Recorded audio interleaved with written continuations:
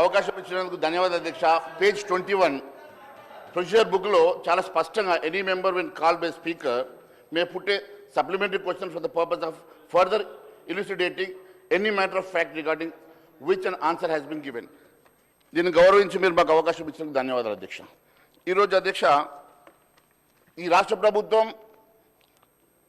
గౌరవ ఉప ముఖ్యమంత్రి గారు బట్టి విక్రమార్క గారు బడ్జెట్ ప్రవేశపెడుతూ 2,91,159,000 కోట్ల బడ్జెట్ని ప్రవేశపెట్టిన అధ్యక్ష. మరి ఫిజికల్ బడ్జెట్ ఒకసారి చూసినట్లయితే అధ్యక్ష ఈసారి 12.5% మరి గ్రోత్ ఉన్నది.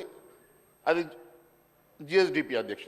జిఎస్డిపి గ్రోత్ ప్రకారం 3%ని 3.5%గా కేంద్ర ప్రభుత్వం మనకు అవకాశం ఇచ్చి ఈరోజు మనకు అప్పు తీసుకునేటువంటి అవకాశము మరి 16.5 లక్షల కోట్లకు గాను ఈరోజు మనకు దాదాపుగా మరి 57,000.75 crores అప్పు తీసుకునేటువంటి 57,000 కోట్ల అప్పు తీసుకునేటువంటి అవకాశం ఈ రాష్ట్ర ప్రభుత్వానికి ఉన్నది అధ్యక్ష.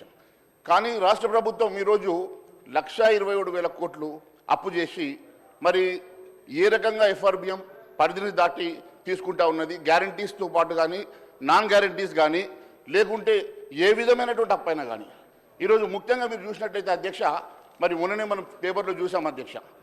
ఈరోజు ఈ రాష్ట్ర ప్రభుత్వంకి దాదాపు ఎకరం రాయదుర్గంలో ఉన్నటువంటి భూమి ఎకరం 50 కోట్ల రూపాయలు విలువ చేసే భూమి అధ్యక్ష. దాదాపు 400 ఎకరాల భూమి ప్రైవేట్ ఫైనాన్స్ సంస్థలకు తాకట్టు పెట్టుకోవాలని బహిరంగ మార్కెట్లో 20,000 కోట్ల విలువైనటువంటి భూముల్ని ఈరోజు తాకట్టు పెట్టి మర్చెంటైల్ బ్యాంక్ ఎంపిక చేసి దానికోసం టీజీఐఐసి వాళ్ళు ఒక ప్రత్యేకమైనటువంటి ఒక అడ్వర్టైజ్మెంట్ ఇచ్చి దానికి వాళ్ళను ఐడెంటిఫై చేసి మరి బ్యాంకర్స్ ఐడెంటిఫై చేసి వారికి 2-3% కమిషన్ ఇచ్చి మరి అప్పులు తీసుకునేటువంటి దుస్థితి రావడానికి బాధగా ఉంది అధ్యక్ష. మరి గ్యారంటీస్ ఉండి గ్యారంటీస్ లేకున్నా ఏ రకమైనటువంటి అప్పు తీసుకున్నా అది ఎఫ్ఆర్బిఎం పరిధిలోకి రావాల్సిందే అధ్యక్ష. ఈ రకంగా రాష్ట్రంలో విపరీతమైనటువంటి అప్పులు చేసేసి ఈ రాష్ట్రాన్ని ఇంకా దివాళా తీసేటువంటి పద్ధతిలో ఈ రాష్ట్ర ప్రభుత్వం నడుస్తుంది. మరి ఇన్ని అప్పులు చేసి కూడా పప్పుకూడు తినేటువంటి దుస్థితి రావడం మరి ఎందుకంటే అధ్యక్ష ఇదే నిండు సభలో గౌరవ ముఖ్యమంత్రి గారు ఇదే రోజు అధ్యక్ష డిసెంబర్ 17 ఈ రోజుకి కరెక్ట్ సంవత్సరం అయింది అధ్యక్ష. వారు ఇదే సభలో వారు ఇచ్చినటువంటి 6 గ్యారెంటీలకు తొలి సంతకం పెట్టిన తర్వాత ఈ సభలో చట్టబద్ధత కల్పిస్తామని చెప్పారు అధ్యక్ష.